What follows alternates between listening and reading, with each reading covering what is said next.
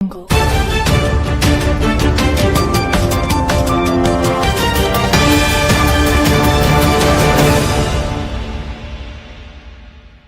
కోట్ల ఉద్యోగాలు, రైతులకు పెన్షన్ ఇస్తామని రైతులకు ఊరి తాళ్ల లాగా నల్ల చట్టాలు తెచ్చిన బీజేపీని నమ్మవద్దని పట్టభద్రులకు మంత్రి పొన్నం ప్రభాకర్ సూచించారు. సిద్దిపేట జిల్లా హుస్నాబాద్లో పట్టభద్రులతో కాంగ్రెస్ ఎమ్మెల్సీ అభ్యర్థి నరేందర్ రెడ్డి ఆత్మీయ సమ్మేళనంలో ముఖ్యాతిథిగా మంత్రి పొన్నం ప్రభాకర్ పాల్గొని మాట్లాడారు.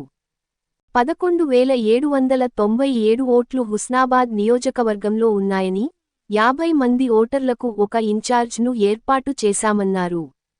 రైతు భరోసా డబ్బులు, ఇందిరమ్మ ఇండ్లు, రేషన్ కార్డుల పంపిణీ నిరంతరం కొనసాగుతుందని పేర్కొన్నారు.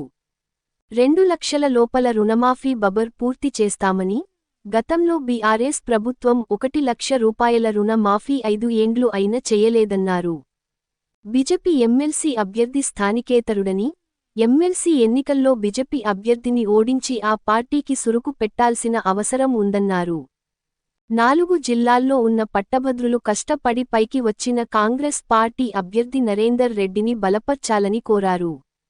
ఇవాళ ఈ ఎన్నిక నిర్లక్ష్యం చేస్తే రేపు స్థానిక సంస్థల ఎన్నికలు వస్తాయని, కాబట్టి ప్రతి కార్యకర్త బాధ్యతగా కాంగ్రెస్ అభ్యర్థిని గెలిపించేలా కృషి చేయాలన్నారు.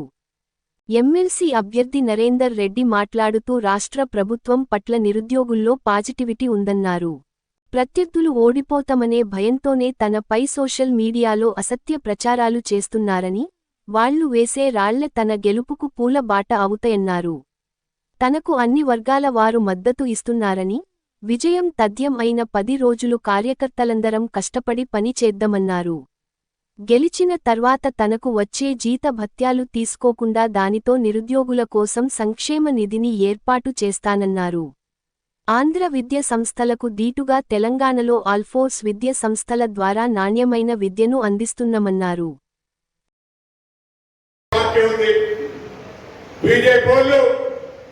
ఎవరైనా ఓటేయడానికి అడిగితే సంవత్సరానికి 2 కోట్ల ఉద్యోగాలు ఇస్తామన్నారు. ఏమైనా అడుగుంది ఆ క్యాండిడేట్ అసలు ఎన్నడూ కూడా కనీసం విద్యా సేవ చేస్తా ఉన్నాడు. ఆ వృత్తి ఎక్కడ కూడా ఏ సంబంధం కానీ ప్రాంతానికి లేదు. మన ఉమ్మడి జిల్లా బిడ్డ 3,50,000 ఓట్లుంటే సగం కంటే ఎక్కువ ఓట్లు మన జిల్లాలో ఉన్నప్పుడు మన అభ్యర్థులు గెలిపించుకునే అవసరం ఉంది. భారతీయ జనతా పార్టీ అభ్యర్థి యొక్క దుష్ప్రచారాన్ని నమ్మకండి. ఇవాళ 2 కోట్ల ఉద్యోగాలు ఇస్తా ఉన్నాడు, రైతులకు పెన్షన్ ఇస్తా ఉన్నాడు, రైతులకు 3 ఉచితాల లాంటి చట్టాలు తెచ్చినాడు. ఇవాళ నిరుద్యోగుల సంబంధించిన జీవితాలతో ఆడుతున్న విధంగా ఎక్కడ కూడా ఎంతసేపు వ్యాపారస్తులకు మద్దతుగా తప్ప ఆదాని అంబానీ తప్ప ఇంకొక మాట మాట్లాడని ప్రభుత్వానికి ఒక సురుకు పెట్టాల్సిన అవసరం ఉంది. కాంగ్రెస్ పార్టీ పక్షాన 14 నెలల పాలన వల్ల 55,000 ఉద్యోగాలు ఇచ్చి, జాబ్ క్యాలెండర్ ఇచ్చి అనేక ఉద్యోగాలు ఇవ్వబోతున్నటువంటి ప్రభుత్వం ఇది. తప్పకుండా నిరుద్యోగ సోదరులు కావచ్చు, ఉపాధ్యాయ మిత్రులు కావచ్చు, ప్రభుత్వ ఉద్యోగులు కావచ్చు, ఎవరైనా పట్టభద్రులు ఉమ్మడి జిల్లాతో పాటుగా ఈ ఉత్తర తెలంగాణ 4 జిల్లాల్లో ఉన్న వాళ్ళంతా నేను మిమ్మల్ని అందరినీ కోరుతా ఉన్నా. ఇది నరేందర్ రెడ్డి గారి ఎలక్షన్, ఇంకో ఎలక్షన్ కాదు. ఇది మీ ఎలక్షన్, మన ఎలక్షన్. మనం అందరం మన ఓట్లు వేసుకునే బాధ్యత మనది. ఇవాళ నరేందర్ రెడ్డి పైన సోషల్ మీడియాలో వేస్తున్న దాడులు అది మామూలుగా ఏదో పేరెంట్స్ చెప్తున్నదో లేకపోతే ఇంకెవరో చెప్తున్నది కాదు. మరి ప్రత్యర్థులు ఓడిపోదామన్న భయంతో సోషల్ మీడియాలో లక్షలు గుమ్మరిస్తూ నరేందర్ రెడ్డి మీద రోజు కొన్ని వందల నెగిటివ్ రీల్స్ రిలీజ్ చేయండి అని చెప్పేసి అక్కడ కొన్ని సంస్థలకు అప్పగించారు. ఇదేవరో తల్లిదండ్రులు ఎవరు చేస్తున్నా కాదు, కొన్ని సంస్థలకు అప్పగించి hundreds of negative reels Narender Reddy మీద డంపి అని అంటున్నారు.